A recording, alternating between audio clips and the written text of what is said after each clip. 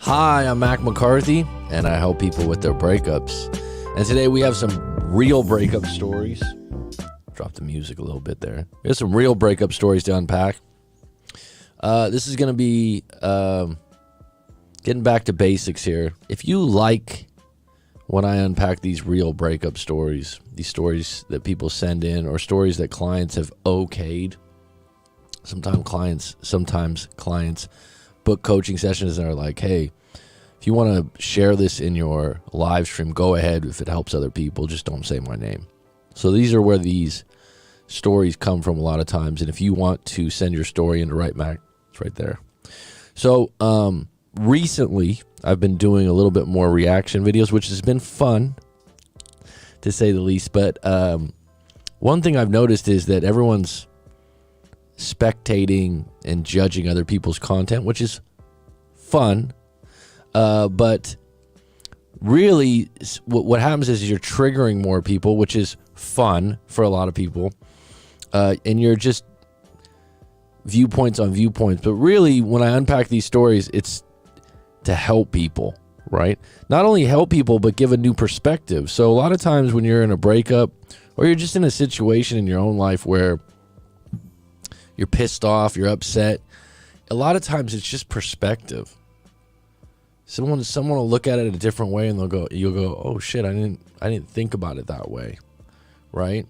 So today I got 3 stories on deck. I've had a couple clients this last week that were like, hey, start doing your stories again. I want you to share mine and get into it.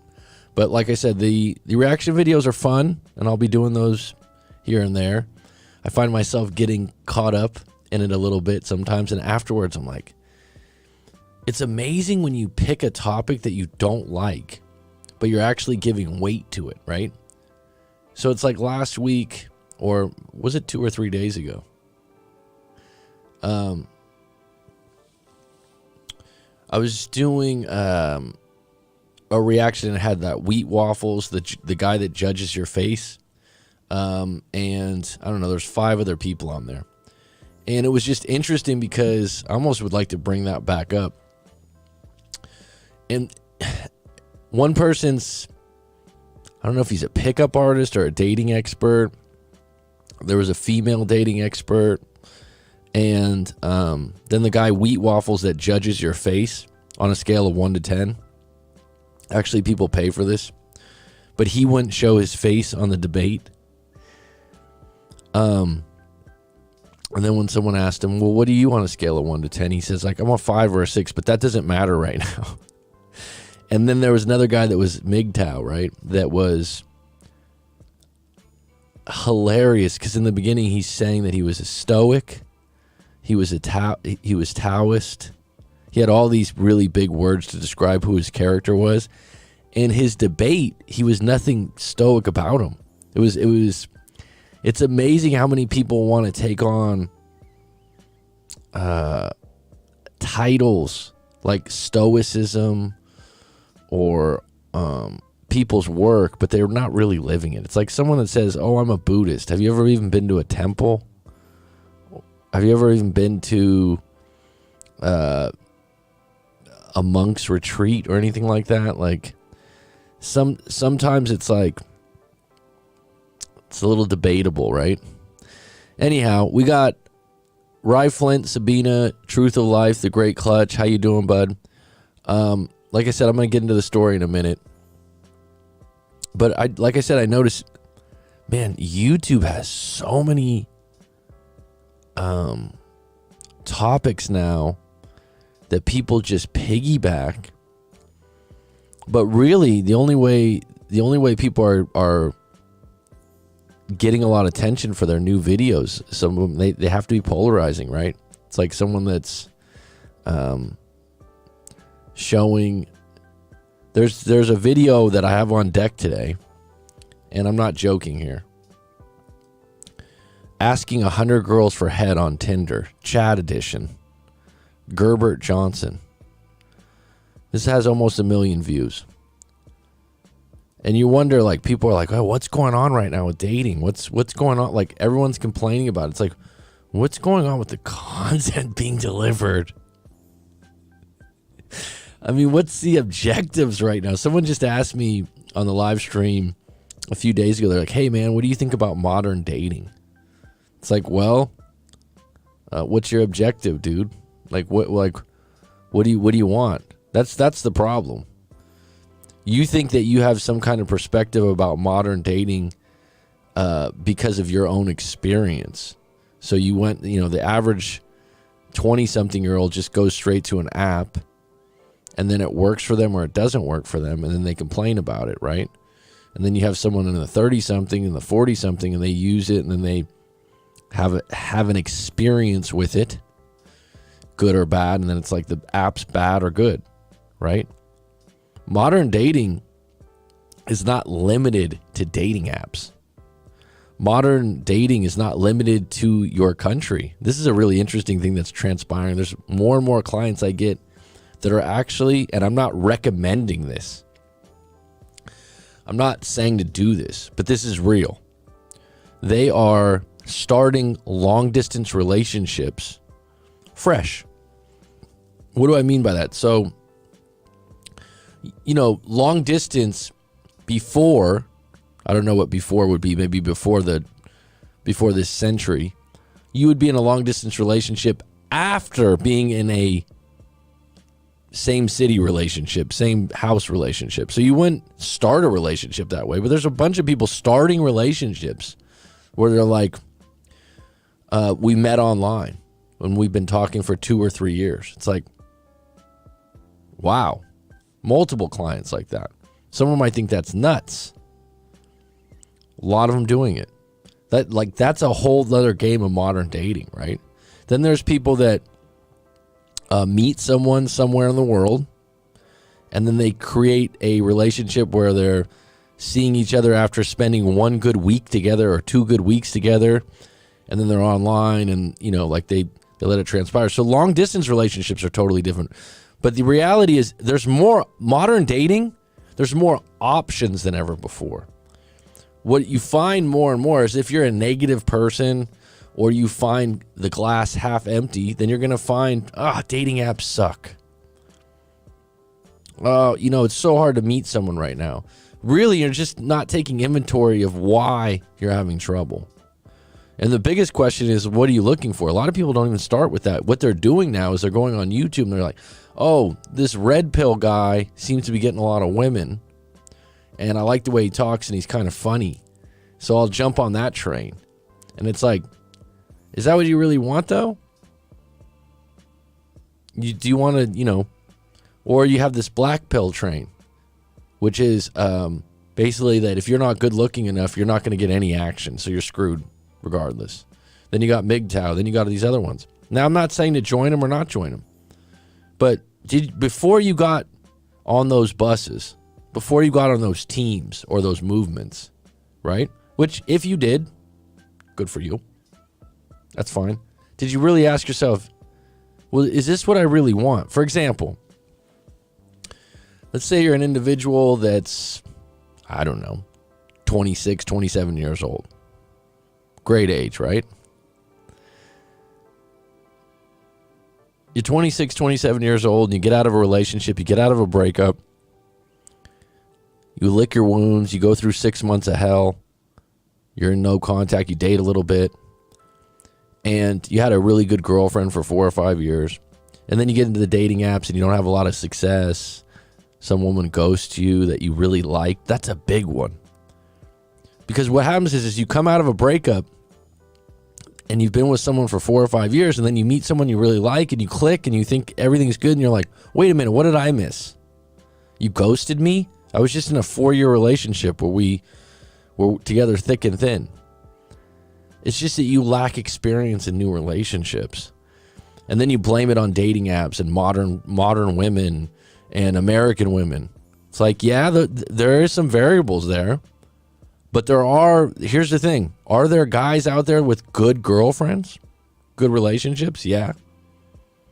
Are they really harder to find? Or are you just settling for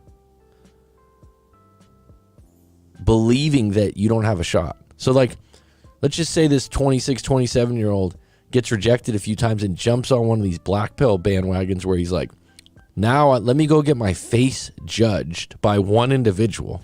Let me send in a picture of my face, and this guy's going to give me a 1 to 10. And then when he tells me I'm a 5 or a 6, he's going to tell me to get my teeth fixed, maybe get my hairline fixed, maybe get my eyes. I don't know. He's got all these suggestions, right? But now I have a built-in excuse like, you know what? I have no chance with women right now because it's all about looks on these dating apps. Looks count a lot. But one of the best videos that I reviewed about dating was a couple weeks ago. And this guy was a data analyst. I think that's what you used to do, right, Clutch? If I'm correct. Correct me if I'm wrong. And he was saying that, yes, the good-looking people do better, right? But if you are a, this is an old school term, punk rocker, if you have a mohawk or you are one extreme, right? Like back in the day, they used to have a lot of these people that worked at like Tower Records. And they were just extreme figures, right? Or an artist or a singer. Someone that's extremely passionate about their little spot, right? Then those people actually pull people outside of just looking good because they're a little eccentric. They're a little different. Now, he was also saying, though, that still, if someone's one of these quote-unquote hot people or 10s, and they get approached by, I don't know, 10 people that are maybe 2s or 3s or not very attractive, still 10 to 20% of those people are going to get a date. The problem with all this attraction, scale of 1 to 10 that really gets me, is it's so subjective. As if one person holds the keys to grade another person's face and good looks is fucking ridiculous, isn't it? Right? Who I find attractive and who you find attractive is probably going to be different. Now, is there some people out there that are like, most people would be like, oh yeah, sure. But where's this headed? Right? Now we have this other thing where you have a whole movement of guys that are like, less respect for women, spin plates, date multiple women, be a man. There's a lot of stuff to that, right? But then you got people coaching the women to do the same tactics. And then guys are like, where's this coming from, these independent women? I just really want you to focus on what do you want. Because if you want a husband or wife or you want a long-term relationship, you're going to have to adjust to learn yourself and what you want. Don't let other people's views get imposed upon you on these channels where you're like, because I've had so many clients the last year or two that are really conflicted that they're doing the wrong move or the wrong thing. And really, if you've been in a few relationships, there's going to be choices. Now stay with me on this. We got 6 on deck. This is an important point. Please listen. You're going to have choices, right? And this is really, really interesting. Sometimes you have choices, right? And you don't like any of them, but you still got to pick one. Right? Let's say, for example, you're out of work and you're looking for a job. You need to pay the rent. You got people depending on you. You got to get a job. You got 3 options for jobs. You got a family member that's got a position at a company that you don't really want to work at. You've got a job shoveling shit in a park somewhere. I don't know. And you got a third job where you're like, I didn't really like the boss, but the pay's the best. All those things, you don't like the idea of doing them, but you still got to pick one because you got to pay rent. But here's the thing. You tell yourself, I'm going to do this for 6 months while I look for a new job. Sometimes you got to take options like that. Now, when you're in the dating game or when you're looking for a new partner, sometimes during a date, something happens, like you spill a drink, something comes up, You got to move away. This is what I'm going to talk about in a story coming up. You got to go move away while you're dating someone for 3 months you really like. You got to make choices and decisions as an adult. And my point is, there's not really wrong decisions until it's hindsight 2020. Everyone always goes, oh, I shouldn't have done that. I've had a bunch of them. I should have bought Bitcoin. Big one for me. I had many people tell me, man, you got to get Bitcoin. It's going to go to this. It's, on and on and on. Big one. I had to let that one go. I literally had to do meditation over that, right? When it hit $60,000. Now, my point is, you gotta put yourself in situations where you're dating and someone does ghost you. You don't come away from that where I really like this person on Tinder. We saw each other. This is an example of a client app. He's really perplexed by this. He's like, we went on 2 or 3 dates, or she and him went on 2 or 3 dates. He's like, she was all over me. We went on this great date, right? She told him, here's the part that he missed. She told him, I got to be honest with you, I'm seeing other people. He's like, oh, no problem, whatever. So they hook up, and they don't go all the way. They just hook up. They have a great time. This is the best date he's had in over a year. And he's like, wow, it's, she lives close by. Everything's lining up for him. And then he's like, dude, she just ghosted me. Why? What can you tell me about that? Come on, Mac. It's like, well, I'm not Nostradamus, okay? But here's what I would tell you. Keep dating. You thought you found a really good girlfriend. You thought you found someone that you could date for a long while. You thought she was fully into you. She was fully into you for a day. She doesn't represent all women. She doesn't represent Tinder apps. She doesn't represent everyone that's in the dating pool. Tommy Willis, what's going on, man? Congratulations on your promotion, bro. Thank you for your service, my man. It's been a while, bro. But getting back to this, you have a bad experience. So you have a bad experience with dating. You have a bad experience with an ex-girlfriend or an ex-boyfriend. Do not let that define your view on women or men or dating overall. You got to take 2 steps back from that. You really do. Or else you're just going to sabotage every relationship you have in the future. And this is what happens. Someone gets their heart ripped out of their chest, right? I mean, you think you've been in a bad breakup. I've seen some people are like, oh, you haven't seen this before. Whatever. I've seen it in different flavors. Okay? Now, don't let that one person define everything for you. It's the same thing. You go to a restaurant, right? Someone's like, hey, man, you got to go check out this restaurant. You go there. It's like, it's got the best pizza in the world. You go there. The pizza's horrible. Might have just been a bad day for the chef. Might have been a bad, you know what I mean? There's a lot of variety of it there. Do you hate pizza after that? No, you just don't eat at the same restaurant. It's like you go out and you date, right? It's like, and this is what happens. You go to these channels that are like, here's what you do if you really want to get women. And then you tic-tac-toe and you're like, oh, now I figured it out. But here's what you don't get. The individual that's giving you that advice is telling you how to get women that they get. Think about that for a fucking minute. Okay, so when someone's like, oh, you know what? Why? I've had a few clients over the last year that are like, dude, I figured out how to text, how to get dates, how to build initial attraction. This is a big one for Corey Wayne followers. Initial attraction. In other words, like, oh, I got a date from a girl I didn't know or through Tinder. But then, like, when I get into a relationship, everything goes wrong. Or I did something. You didn't do something wrong because relationships are different, dude. In 3 to 6 months, the woman could be like, oh, you know what? I'm not really into it. I had a client about 6 months ago. Good dude. First relationship in like a year and a half. He thought she was the bee's knees. I mean, she was, everything he's always wanted to be with. She was 5 years younger. I think he was like 30. He's 36. She's like 30, 31. Had a good job. He was in. He was all in. She wasn't. And it's like, why are women like this? Women aren't like that. She is. It's timing. It's circumstances. It's not personal. Oh, maybe I was too nice. Maybe if you're the same guy in a different relationship with a different woman, you're just nice enough.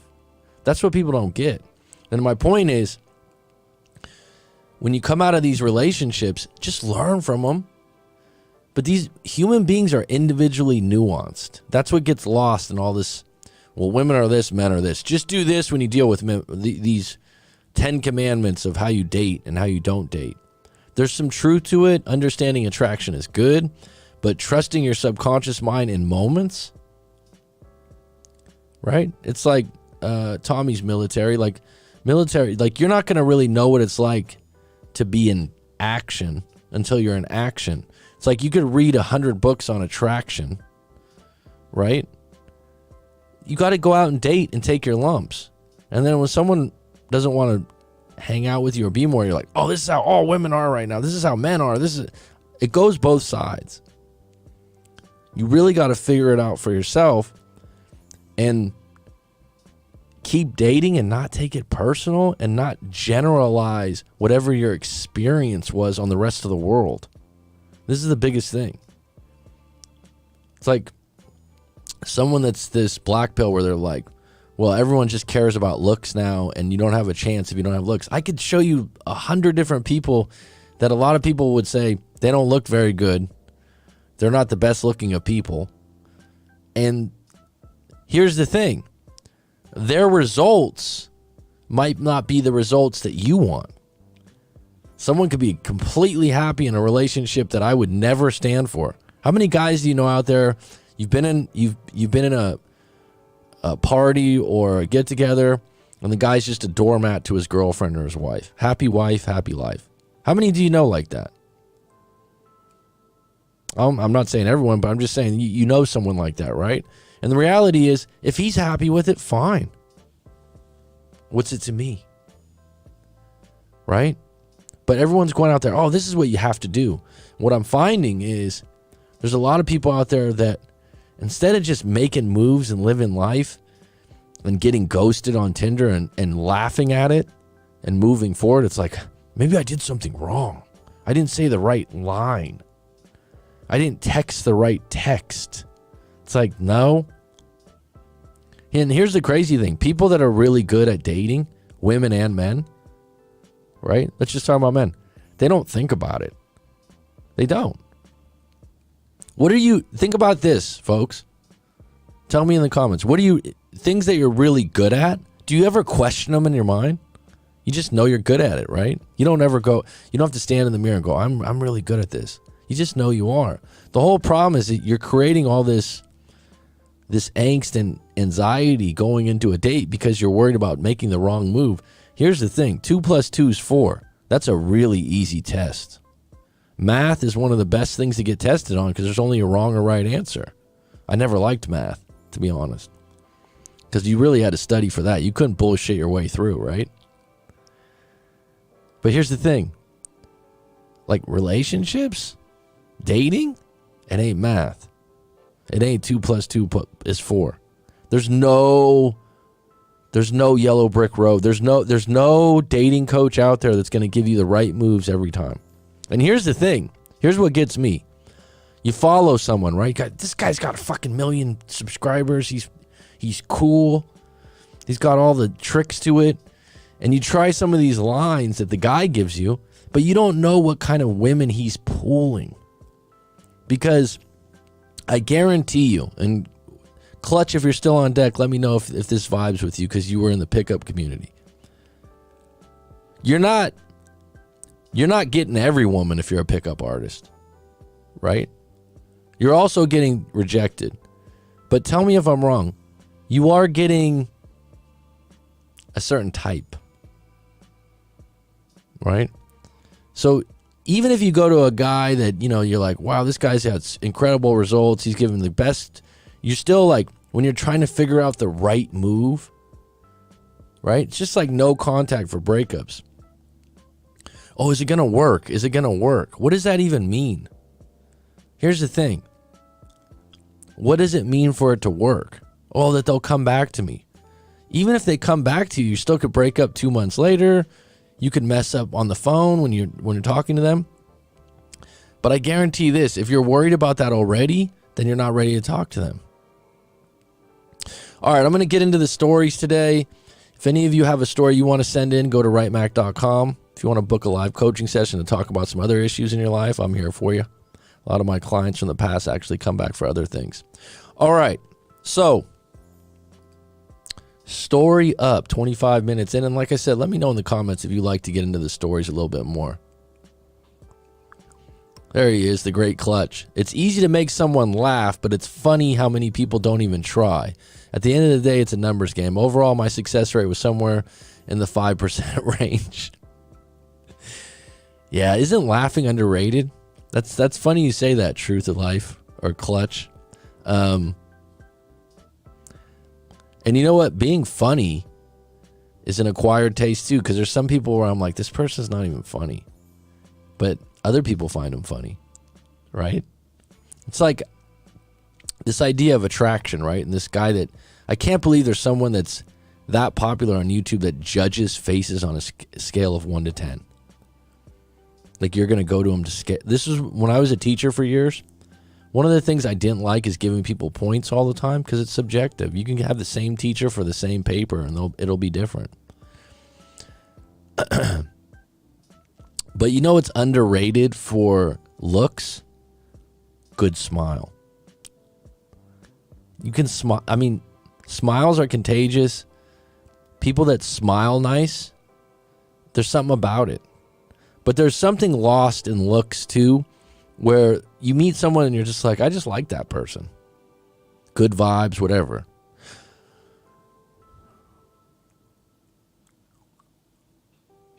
Wait, there it is. I must have missed that part. Damn. Superficial people being superficial, I guess. All right, so let's get into the story. Thanks, Clutch. This is a good one. Hello, Coach. I've got a situation that's not a breakup. Actually, I'm in a new relationship. So if you got a story that you're not in a breakup right now and you want to send it in to writemac.com. I'll still give you my take. I've been dating my current girlfriend on and off for over a year. The only time we've been off, but we stayed in daily contact was that I had to go overseas for 6 months to do some training for my career. And when I left, we had only been seeing each other seriously for about 3 months. All right, so we've been seeing each other seriously for 3 months. And this is interesting because some people say when they're seeing someone, it's a boyfriend, girlfriend. To me, seeing someone it doesn't mean it's official yet. I wasn't sold on her being a long-term girlfriend. Well, at 3 months, I would say that's good that you're not sold yet. You should still be thinking about it, considering it. But we stayed in contact when I left and basically talked most every day. We had some ups and downs through long distance where I basically thought we were done. But I told her, let's just wait till I get back and see how things go when we are in person. I think that's a great way to go. If you had a good standing at 3 months and you had some issues while you were long distance, you got to wait till you're in each other's energy. And I've always said this, you have a finish line. 6 months, I'm going to be back. So we have something to count on. It's important for human beings to have finish lines.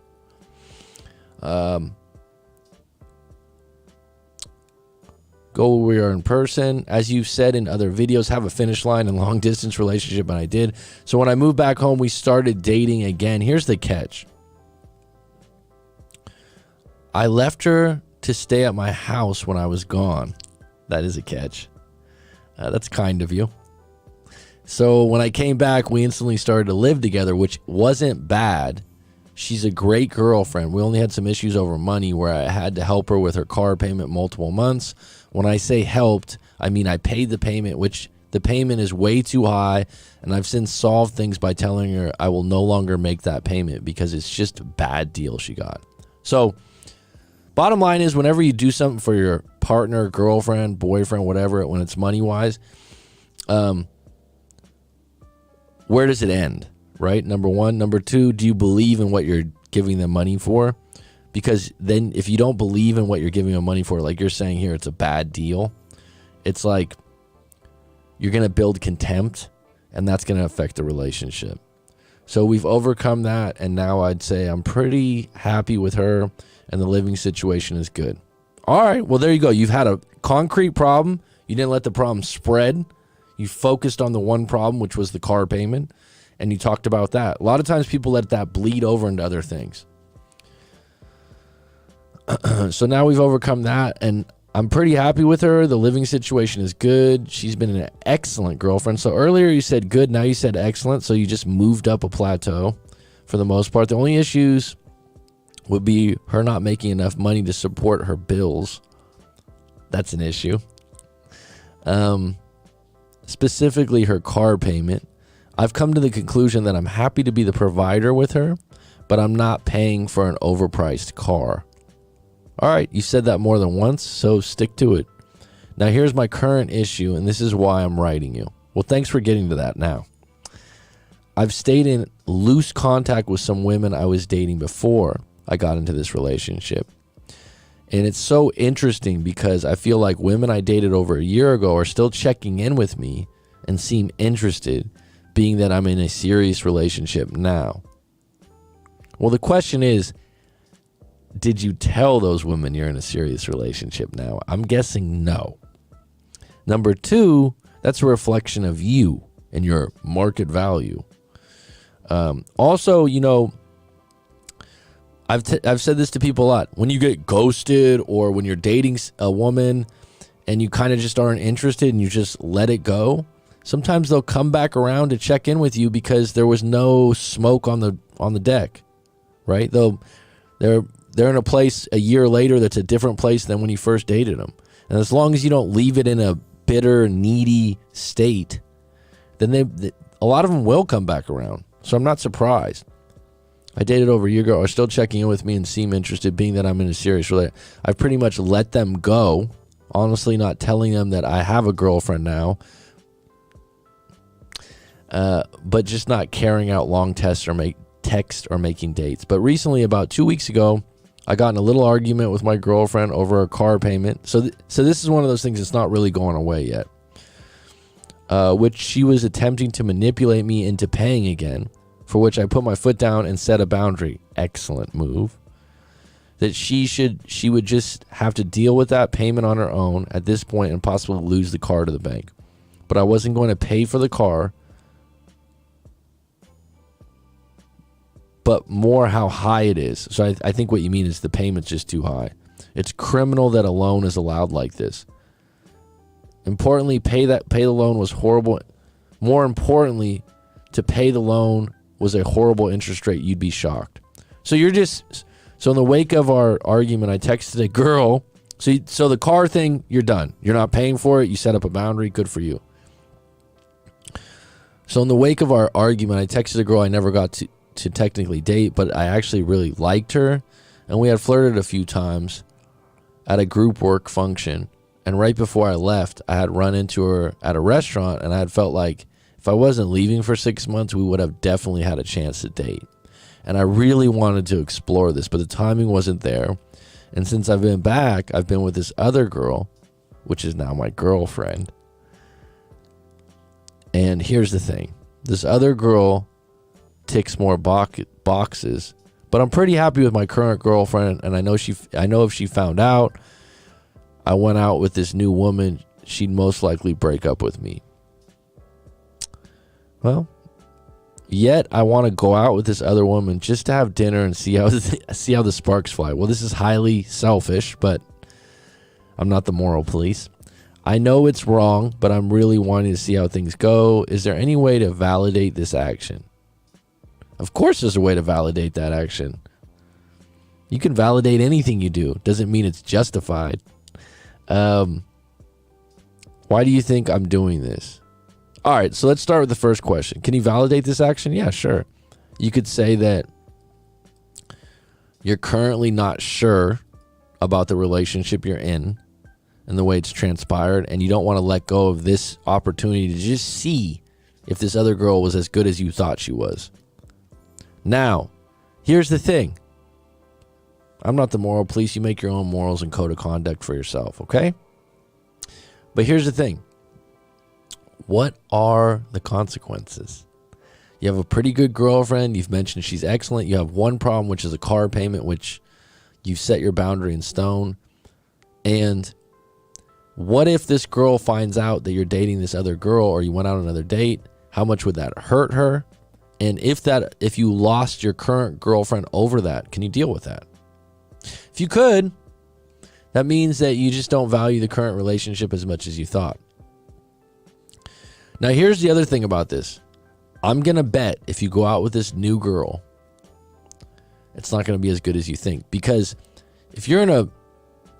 How long has it been?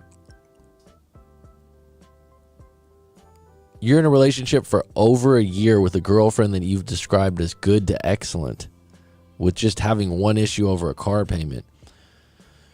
It's not easy to find good girlfriends or excellent girlfriends that you live with. Okay? So, curiosity killed the cat was an old saying, right? Go for it. Just know that your consequences are high, and you'll probably see this other woman, and I'm going to bet she's not going to measure up to who you're with now. And if I were you and you choose to do this, if you go out, don't do any drinking, and also really monitor your feelings afterwards. Do you feel guilty? Number 2, how much are you actually interested in this girl that you wanted to explore? And then if your curiosity is fulfilled, then you got to let go of the girl that's actually doesn't know you're in a relationship. So you got a lot of things going. Why do you think I'm doing this? I know exactly why you're doing this, because before you left for that 6-month trip, you weren't sure about this girlfriend. You have another option that you want to explore because you were always interested in this woman. So this is human nature. Would I recommend I just not go on the date? I'd recommend you understand the consequences. Consequences are this other girl can find out, her feelings will be hurt, she'll break up with you.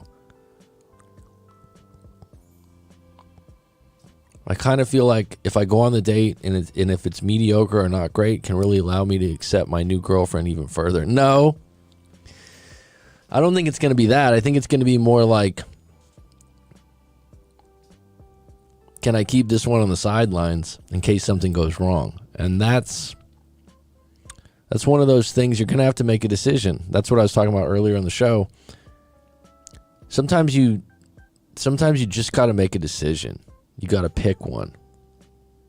I got plans to meet this girl in 5 days. What's your take, Coach? I just gave it to you. I'm not saying not to do it. And some people are like, oh, why don't you just tell him he's a selfish asshole and he shouldn't do it? No. My position is this. Let's explore why you're doing it. And I'll never tell you you absolutely can't do something, because what resists persists is actually true. So you need to explore it and find your own reasons to validate it or validate not doing it, because you're going to do what you're going to do regardless. People just lose track of the consequences. But if I had to guess, you're a little bit infatuated with the idea that she's better than your current girlfriend. And you got to ask yourself this. Are you the type of person that's always looking for better? If you are, you probably don't stay in relationships forever or a long time. And that's your personality. I can't make a decision for you to say, hey, go on this or don't do this. But I can tell you this. There will be consequences. And they're not just your girlfriend. This girl that you're dating might really like you, and she might be upset that you're kind of playing her too. So keep that in mind. All right, we got another story on deck. While I'm talking about these stories, if you have a question about your relationship or situation out there, please put it in the comments. A little bit of a sore throat today. It's like an allergy. All right, next story.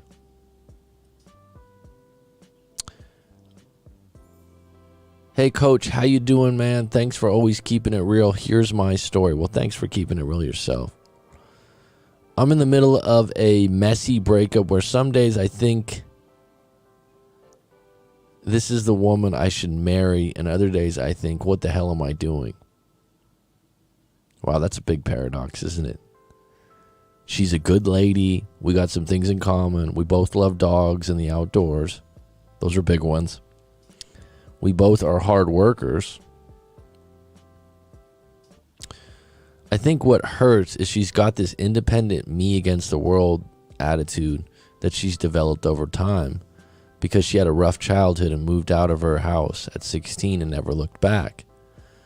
So when there's an issue, she suddenly just walks out, and my therapist was saying that she's just repeating what she knows and what has worked before with people she loves or has lived with. The thing is, I'm nothing like her family for the most part. We've got a lot of love for each other. Well, this is where it's tough because you're not a therapist, so you're always going, well, this is what I'm doing. You're not seeing her perspective. She's the one that needs to go to a therapist and unpack why she's acting the way she's acting. And she's also got to realize if she's got a problem. The problem for a lot of people, they don't have a video camera showing how they act.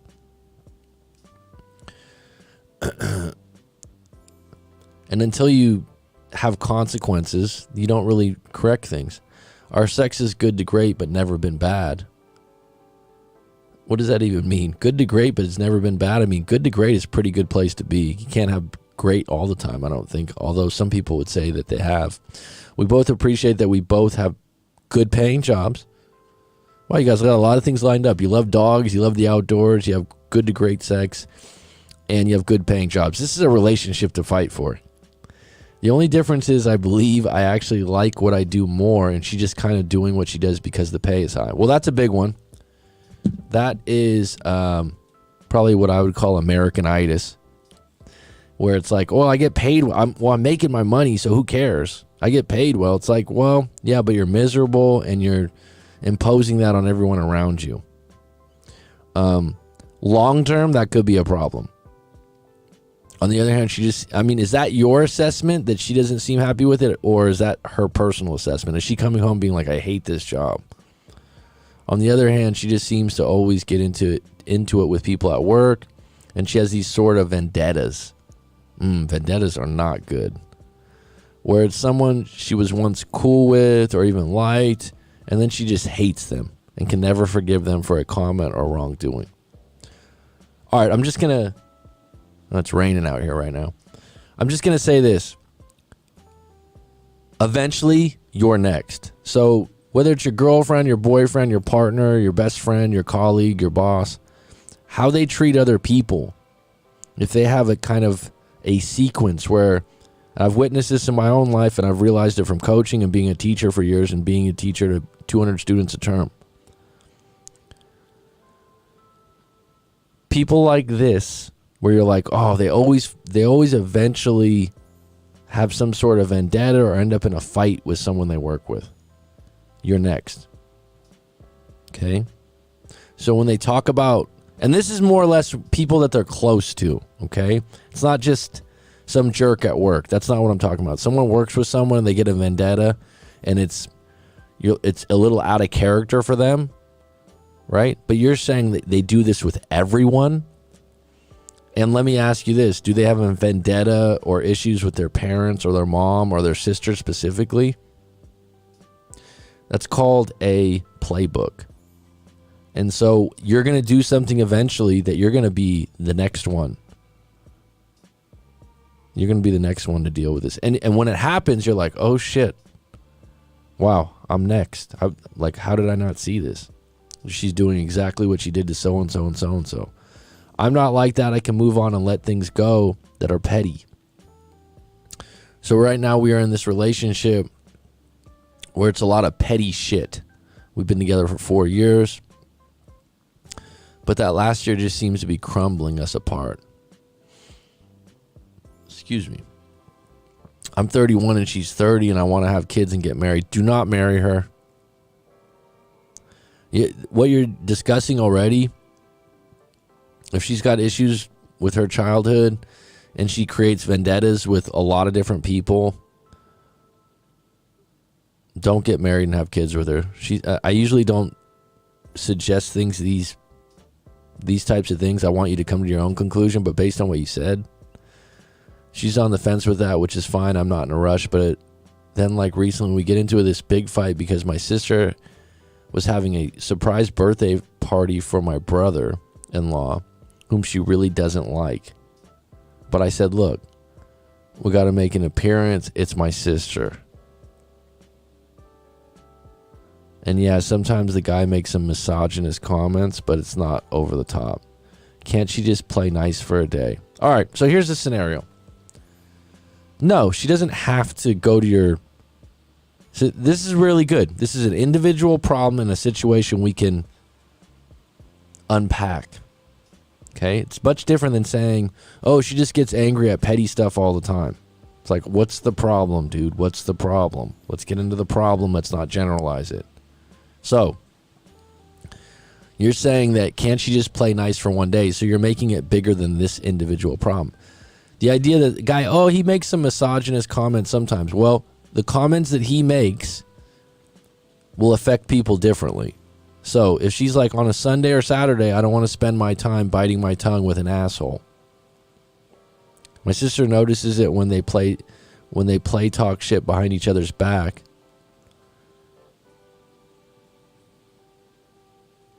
I'm like, look, I won't disown any of my family ever. So has she asked you to disown her family? Because that seems extreme.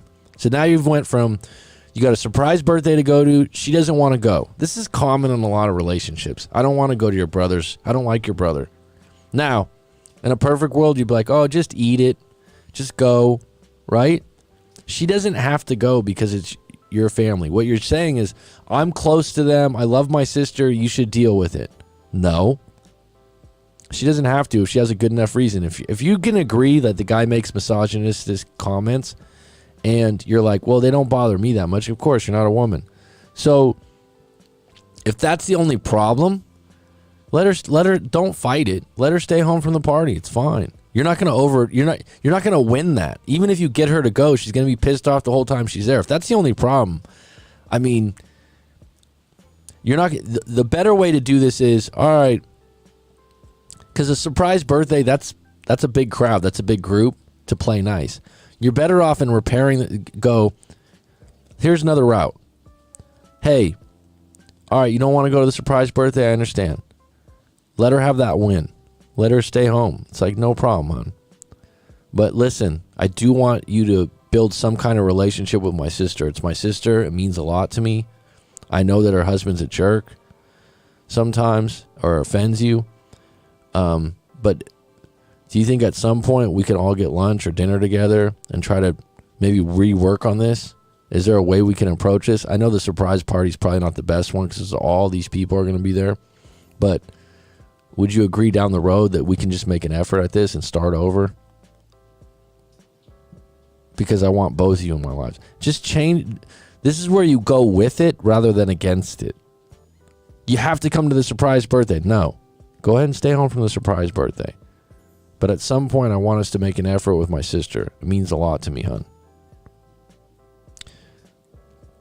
So I'm not asking you to like them all, but just make an appearance. So back to what he said. I won't disown any of my family ever. So I don't think she asked you to disown your family. I think you're being a little dramatic there. So I'm not asking you to like them all, but just make an appearance for birthdays or seasonal Christmas parties. And honestly, my family overall is pretty cool, so I don't get it. Of course they're cool. It's your family, dude. My family's great too, right? I don't know how other people would judge them. That's a biased statement. That being said, you like appearance for birthdays, seasonal Christmas parties, I think you need to start with one good lunch or dinner, right? Like you need to reestablish and then find out what the real problems are. Misogynist comments from the brother-in-law. All right, is that valid? And now how can that individual problem be overcome? Rather than, she just needs to get over it. My family's pretty cool. Right? And if she wanted me to do the same for her, I would. Of course, this is a classic statement. I would do this. Why don't you do this for me? Covert contract here. But her family is bad news, and she just sort of cut them off. She talks to her sister, but here's the thing, dude. This is great. This is great that you wrote your story out. This is how you get a new perspective, okay? Because so far it's been, my family's great. I don't understand why you don't like them. Her family is bad news, right? You didn't grow up in her family. Now, she just sort of cut them off. You have no idea why she cut them off or what her challenges were. You just look at it like she did that. She talks to her sister, but it's usually only when she needs something. It's not a loving relationship. So currently we broke up when she basically refused to go to the birthday party for my brother-in-law. Well, I think you could have overcome the surprise birthday thing, but this is a much deeper thing because you're looking at it like, I'm going to marry this woman and have kids with her. We're 30, we're in our early 30s, and I just don't want to deal with this all the time. But here's the thing. You could get another girlfriend that doesn't like this brother-in-law. That being said, her issues with her family and you being so close to your family, this might sound a little weird or crazy to you, but it does create friction. Because on the one hand, her seeing you so happy, I've had another client have this happen. Her seeing you so happy with your family actually repulses her. And she tries to create new narratives where you don't like your family also, because people want you to feel what they feel. So you being close to your family, you think is ultra positive. And for some, it would be. Some in her situation would cling to your family. But some on the other end would revert to, I can't believe you're so close to your family. Okay? It's perspective. You're not going to change that about her. She broke up with me and said she refuses to be forced to be around people she doesn't like. She said her free time is too valuable, and then she just left. We've been in contact all week, but it's been cold text, and I know she just wants me to fold and agree with her. It's okay. And here's the thing. I always let her win on shit like this. I'm tired of it, man. Well, why do you let her win? I'm not sure it was a good idea, but I told my sister what was going on, and of course she piled it on and told me that she's a bitch. It doesn't make me feel better, so my dilemma is, do I give in on this, or do I start the process of being single again? Man, I don't look forward to that, but I'm not seeing myself go through these petty fights over easy solutions. I think you could get couples therapists. I do couples work now where you need a referee for this. It sounds like this would be something that you could negotiate on, but it's not going to be by you forcing her to see it your way, right? I think you're looking at it like, well, why not look at it my way? Why not look at it my way? The only part that's I think you can, look, it's not worth breaking up because she doesn't want to go to your brother-in-law's surprise birthday if he's a jerk. He said he's misogynistic, okay? It's not worth breaking up over that. Now, the part that got me is the part where you said,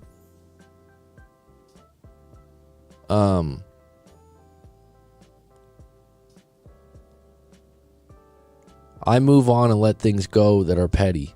On the other hand, she just seems to always get into it with people at work, and then she has these sort of vendettas where it's someone she was once cool with or even liked, and then she just hates them. Like that's a playbook you're telling me about. So to me, to be with someone like that, they put booby traps out, and you're gonna fall in one, and she's gonna hate you for something you've done. So, and if she's gonna do the same thing with your family, you're saying that's how she's with all people that are close to her. To me, that's more of a reason to break up. And it's more of, like I said, it's the way she is. It's not because of the brother's surprise birthday. If she really didn't like the guy, that's something that you as a boyfriend or, future husband could be like, look, I totally understand. You could stay home. Man, I don't look forward to that. I'm not seeing myself go through these petty fights over easy solutions. I mean, I'd be totally fine with her not having to like my family, even though her reasons are ridiculous. So right there, it's not going to work. Oh, you don't have to like my family, but your reasons are ridiculous. You just discount everything she does. But you can suck it up for special occasions. I don't think she has to suck it up for special occasions. I think you need to present it and package it in a different way. But the problem is her character and the way she operates with people that are close to her. At any given moment, she can cut you off. Am I really asking too much in this situation? No, not the surprise birthday, but you also aren't accepting the fact that she doesn't want to go and she's a grown adult and she makes sense. You're not going to force me to do it in my free time. I'd love to hear what your live stream has to say about this. Well, anyone that wants to shoot that listen to this story, go ahead and throw it in the live stream. Bottom line is, adults that are 30, 31 years old don't like to be told, hey, you have to do this, you have to feel this way, hey, you're wrong for feeling this way. That's not a good approach, dude. The real thing is, it's deeper. It's her character. It's the way she handles other people. And like I said, there's a good chance you're next. That's the part that would be more concerning for me. And if you do, I'd highly recommend you do a live coaching session with myself and unpack this further. You've been together 4 years, so there's more to this. It's not just the surprise birthday. Because a lot of times when you're in a breakup, if you've been together 4 years, you're living together, and you're thinking about marrying this person, I mean, that would be one reason to just unpack what you're getting into. You're right. It's not going to be easy. You're 100% correct. A lot of people don't want to break up to start over. It's tough. Why would you? It's like when you have a job for 10 years and you got benefits and you got all these things lined up. It's like, why would you want to quit that job? It's like, well, everything's a trade-off. But the thing that bothers me about this particular person is when you said their playbook is to have vendettas. They've done it with their family, and they'll turn on people if they don't get their way. And then the fact that you've continuously given in to her, you've created a playbook that she's gonna believe that she's gonna get her way because you've always given it to her. That being said, I'm gonna wrap this up. If you're really close to your family and it means a lot to you to be Christmas dinners and things like that, and you're 30, 31, you still got plenty of time to meet someone else. And yes, it will be tough. You'll be crying. You'll be missing the individual. But really, this would be a decision you'd make for a long-term gain. Okay? It's like, it wouldn't be for right now. You'd have to truck through some mud. But I'd highly recommend before you make another move to book a live coaching session if it's still a little foggy after hearing my take on this. All right, let me check in with the live stream here. We have great advice. Well, thanks, Rye Flint. My latest relationship is also LDR. He decided to end it last month after 18 months long, even though the other party kept on saying we should be patient and wait until we could make the meet yet. It was extremely toxic, so much incompatibility, was ignoring the reasonable point. It's so hurtful until I can no longer access to my empathetic trait. It affects my mental health, went insane. Well, that's not really a good relationship, Eve. And you gotta, here's a really simplified way to deal with when you're in a bad relationship. Is literally, in long distance, I think you can do this really consistently. When you get done interacting with them, it's harder when you live with someone. When you get off the phone or the FaceTime or the Zoom call, right? Really take a gauge of how you feel. Regardless if you're wrong or they're right and you're wrong, whatever. The whole point of being in a good relationship is to grow, but like, you should be feeling good more than you're feeling not good, but you certainly shouldn't be feeling insane or it affects your mental health. And it might be, you know what, to be honest with you, Eve, there might be some issues on your end that you're not seeing, but regardless of that, this isn't a good relationship if you're feeling like that. You just got to cut it off. Now, here's what some people do, okay, Eve? I'm going to be honest with you. They don't have other options. They don't want to explore being single again. And so they just keep going back to the same relationship. But here, because all right, there's a phase when you break up with someone where you hurt, where you're lonely, where you're sad, where you're scared. That's why I do breakup. I've been there. It sucks. Right? It sucks. It's like being soul sick. It's a feeling you can't describe until you've been there. Now, what the problem is people, instead of kind of completing that, right? It's like when you get sick, right? Let's say let's say you get the flu and the doctor's like, it's going to be about a week, but you'll get over it. And you're like, 2 weeks later, you go back to the doctor. You're like, I still have the flu. Doctor's like, I don't know. We'll just keep drinking your fluids, have orange juice, all the other stuff. I can give you this antibiotic. Maybe you have right? People love that. Oh, thanks for the finish line. Breakups, you can't really do that, right away.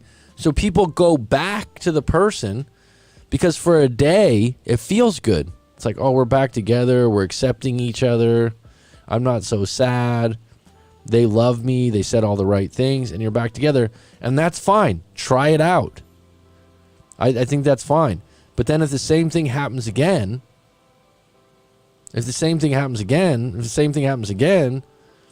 right? It's a dog chasing his tail.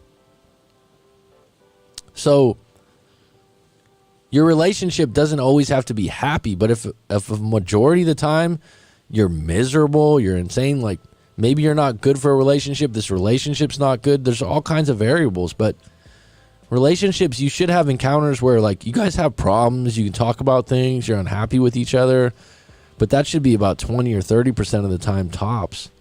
I'd say 20% tops. But like, you know what I mean? It's like, how are you staying in that relationship? And you got to ask yourself, why am I staying in this? A lot of times it's fear of just being alone, or I can't do better. And if that's your answer, that's okay. That's completely fine. There's a lot of people like that, but at what point are you going to cut the cord? I was just talking about someone today that's a client, and they're having trouble with their job. And they're having a lot of trouble with, they have this job where they took 2 months out, like a sabbatical type thing. And they're like,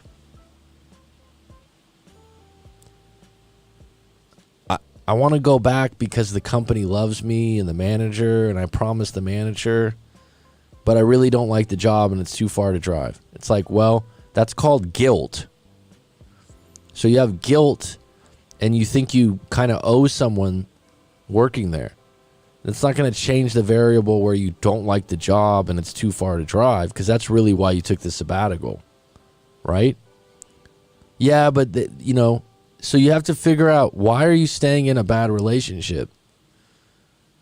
And then actually deal with the fact that, all right, you're going to miss some parts of that.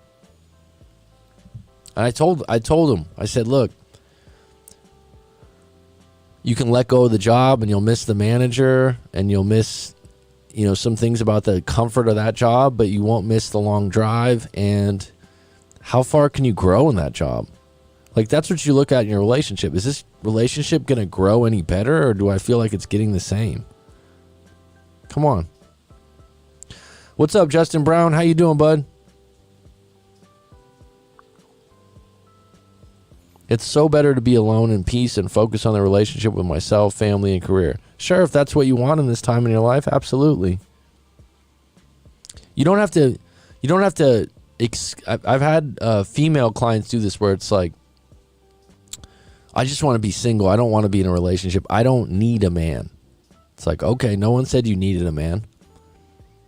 But really, if you focus on yourself, your family, and your career, you'll probably attract more men. So don't close the door to that. And maybe you just, without knowing it, maybe that was one of your problems, Eve, is that you were focusing on the relationship more than you should have. Could be. And that's okay, because you learn from it. Anything from your past, good, bad, happy, sad, you learn from it. That's all you can do. You can't change it. It's not lost time. Everyone, I wasted my time. I wasted my time. Whenever I hear that, I'm like, you didn't waste your time.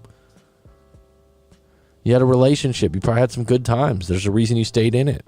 You had good intentions, I hope. Right? You didn't waste your time.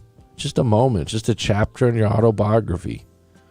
I got some crazy chapters. I look back on them. I'm like, man, some of the moments that I was so sad or upset, and I think back like, I'm sure there's going to be some more in my life. Jeez. At the end, he is not accepting her as a person, the person she is at this moment. This has no happy future.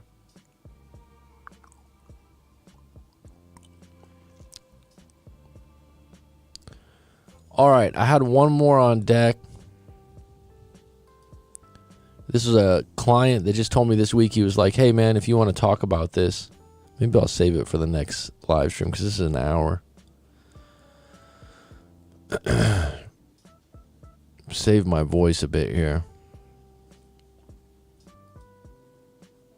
And we got 9 on deck. I'm just curious.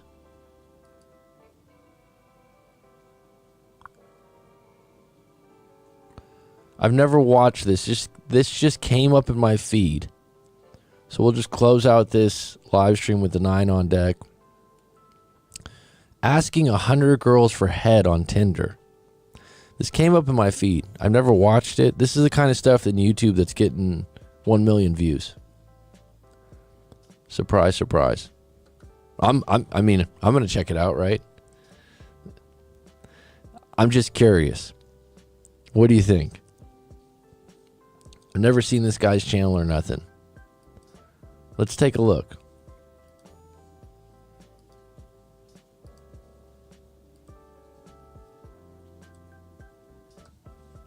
Let's take a quick look here. Curiosity killed the cat. Chad edition.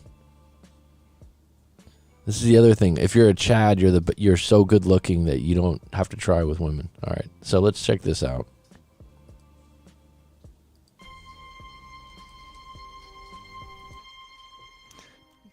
In the past, I've said that I bang a lot. That I'm some sort of a king or prince of poon. Now, I'm no stranger to fucking. In fact, you could say it's one of my favorite pastimes, just running around and fucking. I have a pretty detailed history of sucking and I'm known around town as a bit of a dog. If I had a piece of bread for every woman that I've bed, then the entire continent of Africa would be fed. But that was a lie. I'm a fake and a fraud. I don't know how to fuck. I don't bang. And I never have. The last time I got laid, my uncle was babysitting me. I'm sorry. All these years I've been charging men thousands of dollars for my pickup courses, when the truth of the matter is, I have 0 hoes. And I have not the slightest idea of how to acquire them. But you know what? That's gonna change today, because I'm gonna use the internet to get some bitches. Using my method the research team has dubbed the head method, or a variation of it. The head method is where you message head to every match you get. I'm not going to be doing that exactly, but I'm pretty much going to be asking for some sort of intercourse within the first 2 messages. Be very direct, so you just get it out on the table. You're not on here to dilly-dally. You're on here to take out your willy and get it done. Here is the first profile I am testing out the head method on. These are pictures of yours truly, Daddy. The bio reads, 18 years young, 18 centimeters hung, nefarious critter, hetero twink, 5'11". I am not 5'11", I'm 5'10". I'm scamming these bitches. What I'm gonna do after is create an account using images from the internet that is a Chad, someone much more attractive than I am, and use the head method on that account and see how the results vary. But before you run an experiment, it's important to set a hypothesis, because that's the scientific method. And I am a man of science. My hypothesis here is that. Now, I can't see into the future or anything, but my hypothesis here is that I will get more matches if I am attractive. Yeah, obviously, right? But I would predict that the difference would be large enough to say that Tinder is pretty much a search algorithm for the top 10% of men, which I am not one of. After 24 hours, Gerbert got about 10 likes and 9 matches, which is very average from what I'm looking at it without using Tinder Gold or anything like that. And the trend continued. After 3 days, I got just over 30 matches along with 14 likes. But let's see how I did in the messages. Wanna sploink, left unread. Can I politely extend the invitation for you to shit on my chest? Left on red. Oh fucker, a dog is cooking. Left on red. Head. Yes please. That's 1 W. Are you down to boink? Left on red. Head. Left on red. A, soldier boy wanna fuck. Yeah. Do you have feet? Left on red. Holy shit, I'm about to expunge. Haha, what does that mean? Okay, we have some unfinished business here.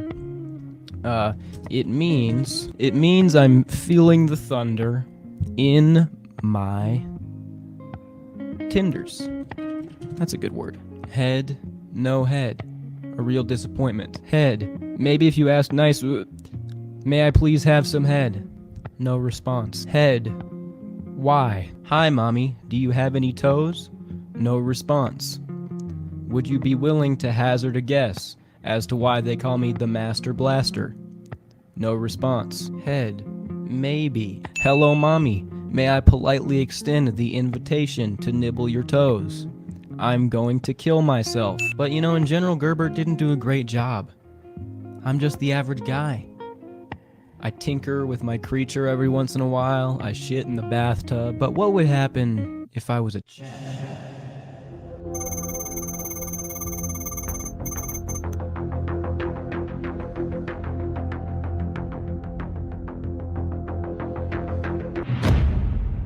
What's up? It's the Pussy Professor back again. The results are in. I use this account, Roy. He's quite the Chad. His real name is Gino Palinci or some shit like that. But he's foreign. He's a model, but he has a lot of pictures that you know, don't look all fake and like a professional photo shoot. So it's a pretty realistic account. I even put a random ass dog at the end. I made it very real, and it worked. This guy got like 4 times or probably 5 times the results I got in half the time. It's been like one day, bro, and just take a gander at the abundance of hoes this man was able to pull. And when I was swiping, it was just like hit after hit after hit. Like very rarely would it not be a match. And I'm not really mad about it or anything. I feel like I did pretty decent, but with this guy, it's just a whole different ball game. And a lot of the girls messaged first with Roy. That happened to me like once, but with him it happened quite a bit. And you know, I use the head method here. What's up, you wanna boink? It's not gonna have 100% hit rate. Even an absolute Chad can't just go around wabbly dabbly expecting 100% results, especially when the matches are also high quality. Like some of them were actually on his level. Step on me mommy, you know, it's not always gonna work. I also made an effort to make some of the messages like weird and creepy and also direct. So if this guy didn't look like this, it wouldn't work. But they respond back. Oosa, I'm gonna cream. Look at you though. Like, bro, if I said that, forget about if I said that. I'm like a 5 or a 6. If a 3 said that, banned immediately. With this profile, I can actually just say random shit and they will still respond. She messaged first too. I just sent zoop bebop, and I bet she will respond within like 24 hours. Hey, how are you? You missed your first impression, but hey, I'm here, haha. Hey, I'm pretty good, I just shat myself. And they still be responding. In general, Roy did pretty good with the head method. By just being incredibly direct, it was almost 50-50. Yo, can I touch them zoingas? Not sure what you mean by that, but yes. Hey mommy, can we hold hands? I mean, that's actually low-key a pretty good opening line if you're trying to take this seriously, but you know, it worked. Ooh, I'm finna go cummy dummy. Didn't get a response, but she hearted the message, which is something. Yeah, I ended up saying some pretty wild shit on some of these. I must be Chinese because my dick be going hi-ya. Alright, I had to come back and do a little bit of post-commentary on this one because this shit actually blew my mind. This girl responded to I must be Chinese because my dick going hi-ya and said, that is very impressive / creative. Like, no it's not. It's ignorant. It's probably one of like the top 20 dumbest things ever written. Is the halo effect that strong? You know, normally, yo, I'm about to pee-pee as an opening line. I don't know if it would work out. Damn, it's like the Lunar New Year on my wiener right now. Whoa. Anyways, wanna make love? This girl messaged first. She said, hi. I'm gonna respond with that, yo, can I play with your boobies? This experiment is all about pushing the boundaries and seeing what you can get away with if you're attractive. All right, I mean,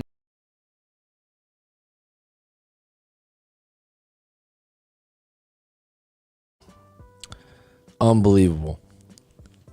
Have a good afternoon, Riflin. Unbelievable. This is unbelievable. I can't believe that these experiments are so popular, right? It's one of those things that's funny, but it's also like sad, because in lieu of this guy's making a joke that he can't meet any of these women, but it's like, what's your intention here?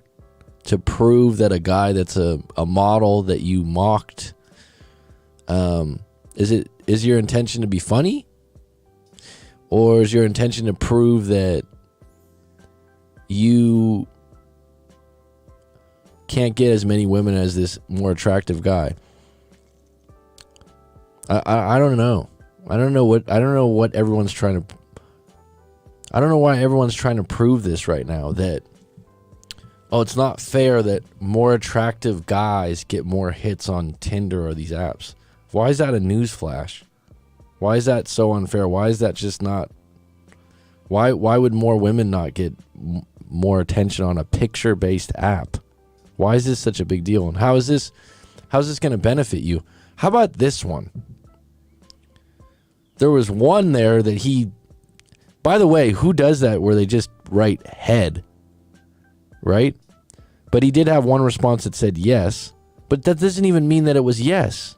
So all this stuff is so passive.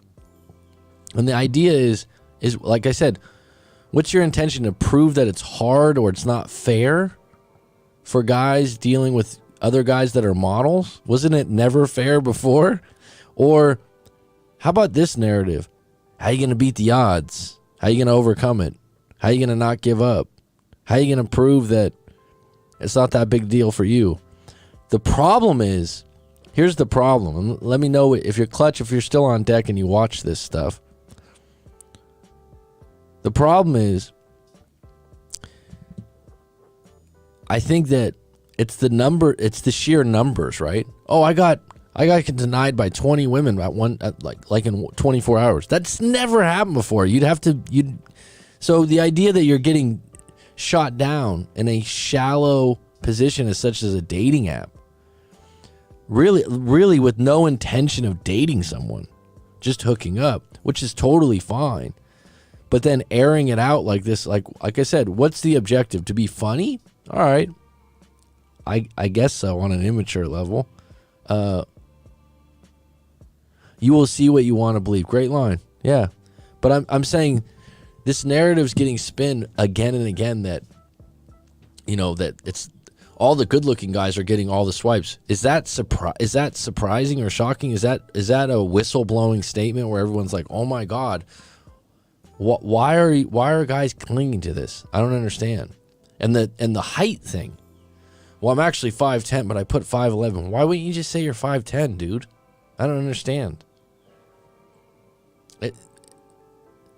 It's like, so you just give up then, or make jokes about it, or self-deprecate? I don't understand. Is it all against you? Or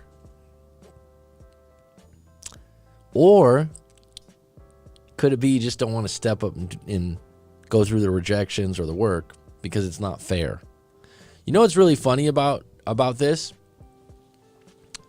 You think to yourself, oh, I'd like to be a model, or I'd like to be someone famous, whether that's a man or a woman, right? Someone that is so good looking that they're going to get 100 of these swipes, right? But really, that's a problem too, because people then go, well, how can I ever find someone that's not just into my looks or my money or my, right? How can I find someone more genuine? The problem goes both ways for different types of people. It's more of a deflection of blame. People want to take ownership in the things they are proud of and deflect things they feel self-conscious over. Good point. Good point. But now it's become this popular thing. It's become this popular thing to talk about over and over again. And the problem with it is, like I said, just clients. There's a client of mine, like, I'm 5'5". It's like, all right. You know, like the breakup I just had, I'll never meet a woman like that again. It's like, really? Well, how'd you meet the one? You know what I mean? This isn't a lottery.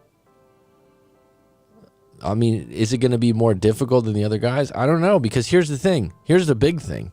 Clutch, you can agree with this. There could be some guy that looks like Brad Pitt or Tom Brady or anyone else out there that you're into that's a movie star that's famous, whatever. All these, you know, anyone that would be famous and get a lot of women. One of your how about this one? Let's put this one in perspective. We got 8 on deck. Please answer this. You have a friend, family, or colleague that is very good looking. Let's say for the first one, think of a woman. Think of a woman that you know that's very good looking. Friend, family, or colleague. Where you're like, damn, she's beautiful.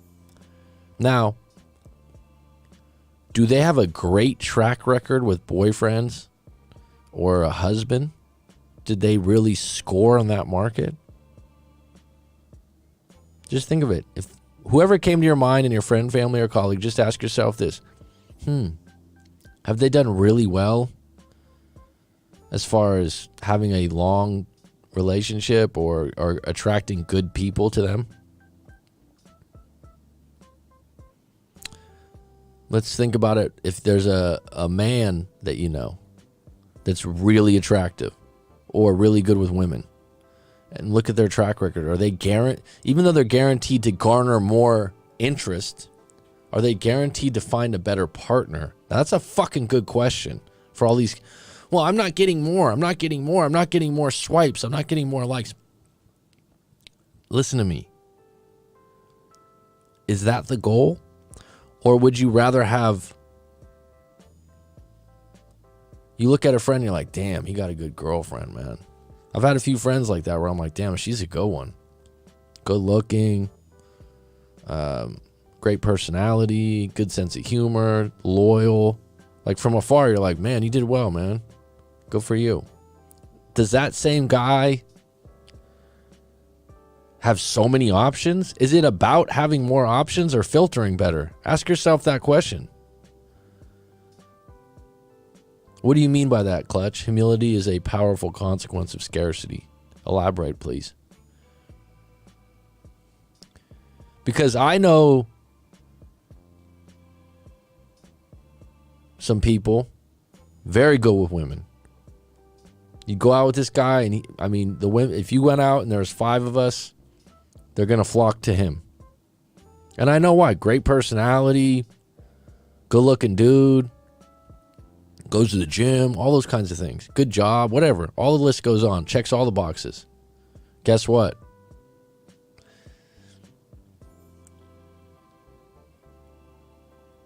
Ended up getting a one-night stand pregnant and getting married. And guess what? He's okay. He's okay. But it wouldn't have been his first choice. And the game was over after that. Now someone will say, oh man, he got all the swipes, he got all the looks, he got all this. But what did he end up with? The real goal is knowing what you want, whether that's quantity or quality. And the objective is, because a lot of people are just opportunists.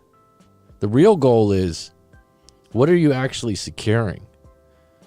Think about that for a minute. It's not how many swipes you get, how many dates you get, how many women want to go out with you. It's not about that. That's cool for the ego. Feels good. But really, how many quality pools are you getting? It's different. It's different. Like I said, I've witnessed it. Men and women that attract a lot of the opposite sex or whatever they're trying to attract, whether that's the same sex in some cases, it doesn't guarantee them a good girlfriend or boyfriend. It doesn't guarantee them a good long-term relationship. It really doesn't. In some cases, it might hurt them because they can't really decide. So this idea that it's an unfair playing field, what you really want to do is worry about yourself, what you can control, get focused on what you want quality-wise. And if it's a long-term relationship, it's not about getting 100 women to swipe on you. It's about figuring out what you're looking for and owning in on that. Does that make sense? Or am I mad here? But instead we got, oh, look at these chads, these supermodels, they get more swipes. So what? What's your objective? To get more swipes? Because all these swipes and all these texts, they don't necessarily materialize to action. It's a lot of smoke, man. It means you can be humble by understanding the value of something through it being a rare thing. All right. Percy Blue, what's up? Been there, done that. Long distance is hard, but it can work. Got to have finish lines on it, that's for sure. Anyhow, for anyone out there that's going through this thing where they're like, oh, you know, dating apps, it's not fair, and the good-looking people always get the most. It's like, whether they get more options or they get way more options, it doesn't matter. You still got to deal with the cards you're dealt. And you still have opportunities. There's opportunities all the time. Really is. And if you change your circumstances, but if you sit around here going, oh my God, let me do these experiments to prove that I get less swipes. What's the reason for that?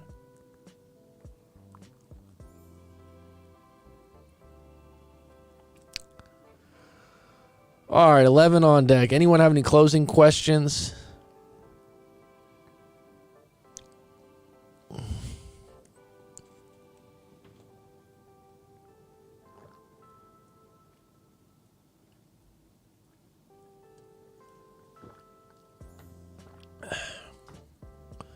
Having the ability to follow through on a hookup usually leads to entitlement. Relationships require maturity.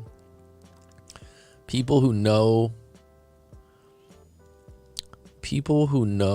they have options and are entitled will struggle discipline-wise. That's a great point. I like the way you worded that. I agree. So here's what's interesting about that. Knowing some people, having the ability to follow through on a hookup usually leads to entitlement. Relationships require maturity. People who know they have options are entitled will struggle discipline-wise. And that's what I've come across a lot. It's like, oh, why am I'm really good with women, but I'm bad in relationships. Different ball game. Also, aren't you going to filter for someone different on a hookup than you would on someone that's a long-term relationship? What about long distance that has no end game? Good question.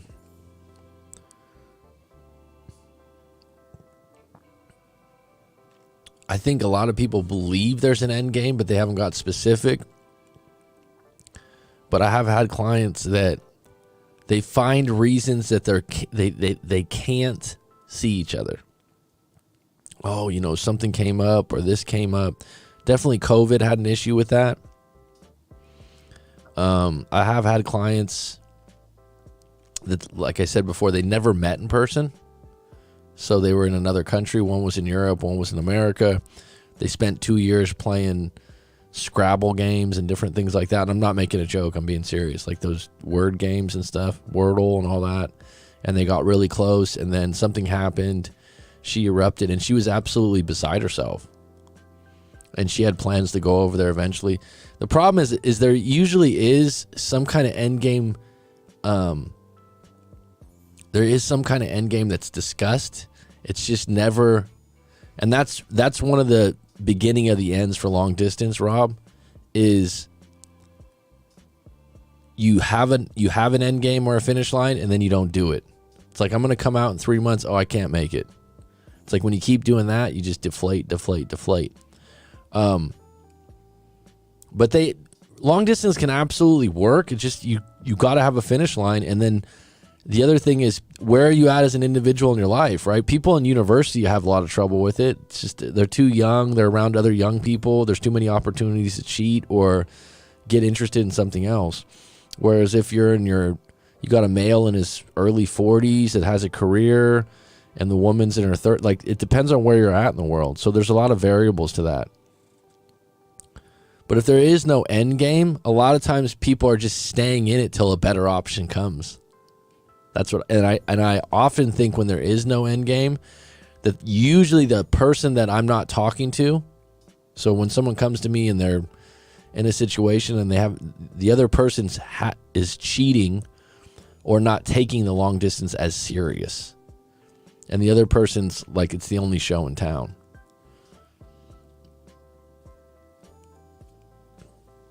Finding a good connection is hard. Those that see that value will fight for the relationship. Everyone has struggles. You will be tempted. Doesn't mean you need to follow through. Option hunting. Good word.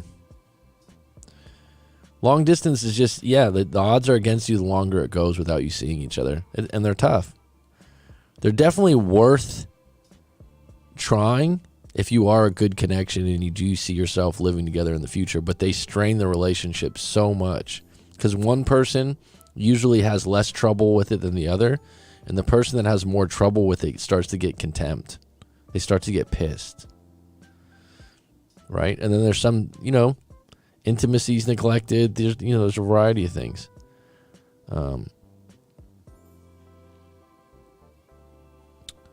All right, I'm going to save my voice for tomorrow. Because like I said, that's an hour and a half.